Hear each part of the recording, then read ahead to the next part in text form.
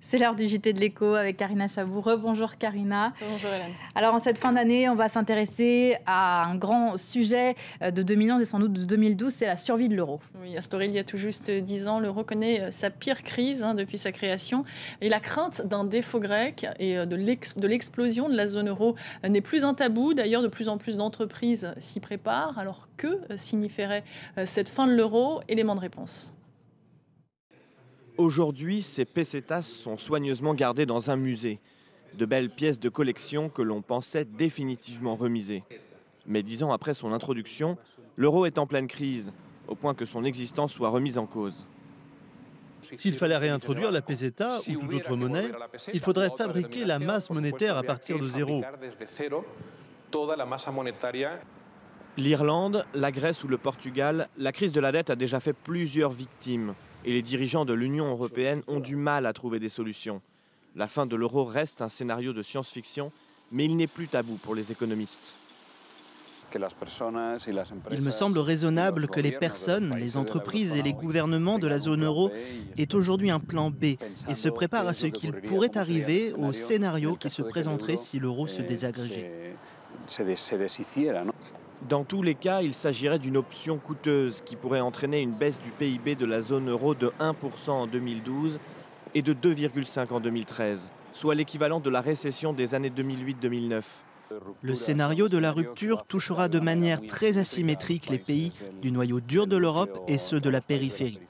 Dans le cas concret de l'Espagne ou des pays périphériques, il y aura sans aucun doute une dévaluation très importante de la monnaie locale. D'autres pays comme l'Allemagne pourraient voir au contraire leur monnaie s'apprécier et seraient moins compétitifs à l'exportation. Les citoyens, quant à eux, pourraient voir leur épargne fondre de moitié, ce qui les inciterait à retirer en masse leur argent des banques et provoquerait une dangereuse fuite de capitaux. On reste dans la zone euro, l'Italie est toujours sous pression. Le pays lance sa dernière émission de dette de l'année et ça s'annonce compliqué. Oui, au total, le Trésor italien doit lever entre aujourd'hui et demain près de 20 milliards d'euros. Et c'est surtout demain que ça s'annonce compliqué, puisque ce sont des emprunts à long terme et qu'il risque de payer le prix fort. On se souvient que la dernière fois qu'il avait emprunté à 10 ans, eh bien, les taux étaient supérieurs à 7%, ce qui est un taux difficilement soutenable pour un État aussi lourdement endetté. Cette année, il a levé 430 milliards d'euros. L'année prochaine, il s'apprête à lever 440 milliards, le tout pour financer une partie de sa dette colossale de pas loin de 2000 milliards d'euros. On reste en Europe, signe que les banques ne se font toujours pas confiance. Elles ont stocké des sommes records à la BCE. Oui, plutôt que de se prêter entre elles, les banques préfèrent placer l'argent en lieu sûr. Et même si ça ne leur apporte quasiment rien, autant dire à la Banque centrale, auprès de la Banque centrale européenne. Près de 412 milliards ont ainsi été placés. C'est la somme la plus importante déposée au jour le jour depuis la création de l'euro. Et ça tombe au plus mal puisque c'est juste une semaine après l'opération historique de la BCE qui, je vous le rappelle, avait prêté des sommes illimitées aux banques à un taux proche de zéro pour justement les inciter à faire circuler cet argent entre elles et visiblement ça n'a pas marché. Alors on sait que la France va sans doute perdre son triple A l'année prochaine. Il y a quand même une note positive pour l'économie française. Il s'agit du champagne. Oui, vous avez raison de le dire. Cela ne fait quasiment plus aucun doute pour de nombreux analystes et économistes. La France perdra son triple A l'année prochaine. En revanche, le champagne, lui, risque de ne pas perdre son triple A. En fait, un label qualité qui a encore de beaux jours devant lui. Voilà un produit qui ne risque pas de perdre son triple A bien à lui. L'AOC, l'appellation d'origine contrôlée, c'est le champagne français. Ce producteur a une confiance absolue dans la qualité de son produit. Il l'a appelé avec ironie la cuvée triple A du nom des 3 parcelles, Avise, Aille et Ambonnet. Personnellement, à la maison, on travaille en bio pour conserver le terroir. Donc on met tous les atouts de notre côté pour conserver nos 3A. Mais là, c'est vraiment du concret, du réel, et on peut le déguster, le toucher, le palper, le sentir. Cet exploitant cultive des vignes depuis 3 générations au rythme de 70 000 bouteilles par an. Son grand cru se vend plus de 40 €. En France comme à l'étranger, les ventes de champagne dans le monde ont explosé depuis le milieu des années 2000, plus 20% au Japon, plus 30% au Brésil et plus 85% en Russie.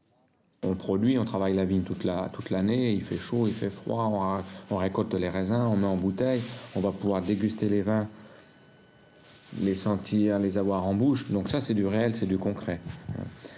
La maison de Sousa a été épargnée par la crise de la dette européenne, peut-être grâce à sa cuvée prestigieuse AAA. L'année 2012 s'annonce moins faste. Les producteurs du secteur sont inquiets d'un tassement des expéditions de champagne, comme ce fut le cas lors de la crise de 2008, après des ventes historiques en 2007. On regarde maintenant la tendance sur les marchés financiers. On commence avec la clôture à Wall Street hier. Oui, la bourse de New York qui a terminé sans grande tendance. Justement, hier, l'annonce d'une amélioration plus forte qu'attendue de la confiance des consommateurs a occulté les mauvaises nouvelles sur le front de la crise de la dette en zone euro. Les marchés asiatiques, ce matin, sont toujours aussi atones. En cette fin d'année, la bourse de Tokyo est en baisse de 0,2%. Elle fait les frais des mauvais chiffres de la production industrielle en baisse de 2,6% en novembre. Le Hang Seng perd 0,78%. Le Shanghai Composite 0,65%. Et le Kospi creuse ses pertes pas loin de 1%.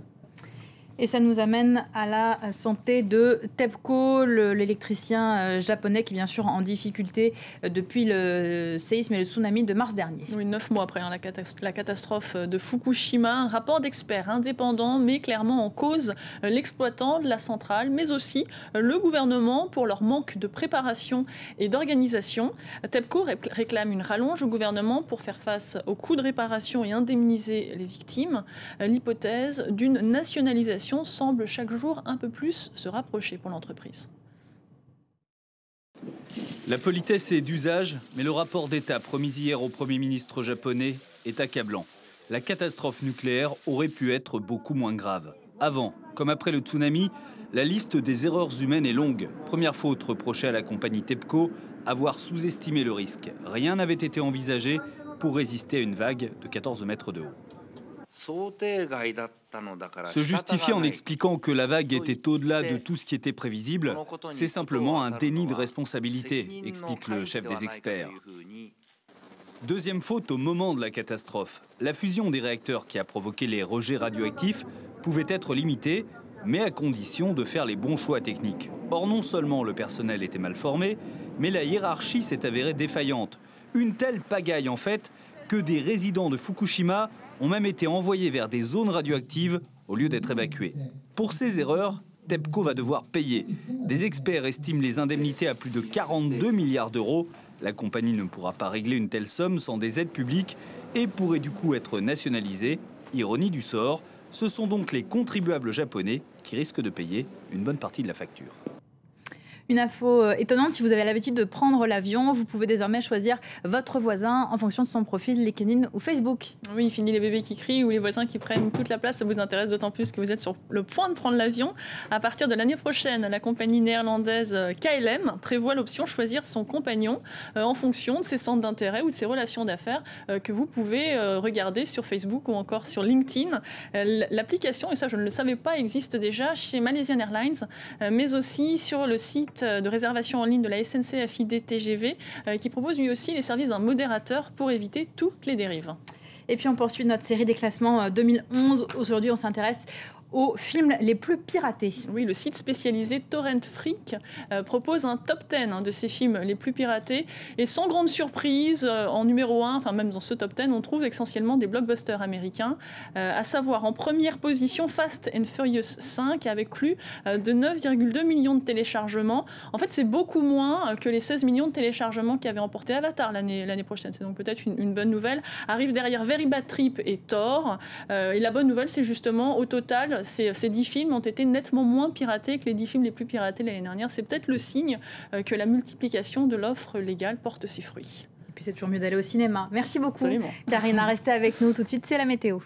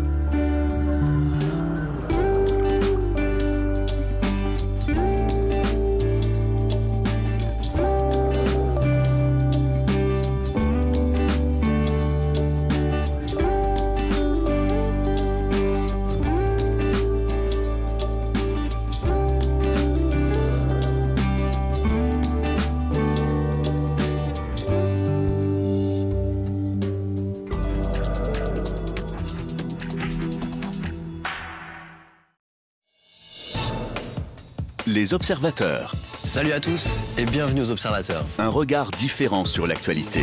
Les témoignages de ceux qui vivent l'information, partout dans le monde, décryptés par nos journalistes. Des vidéos que vous ne verrez nulle part ailleurs. Les observateurs, avec Julien Pain, c'est samedi à 6h50 heure de Paris, sur France 24.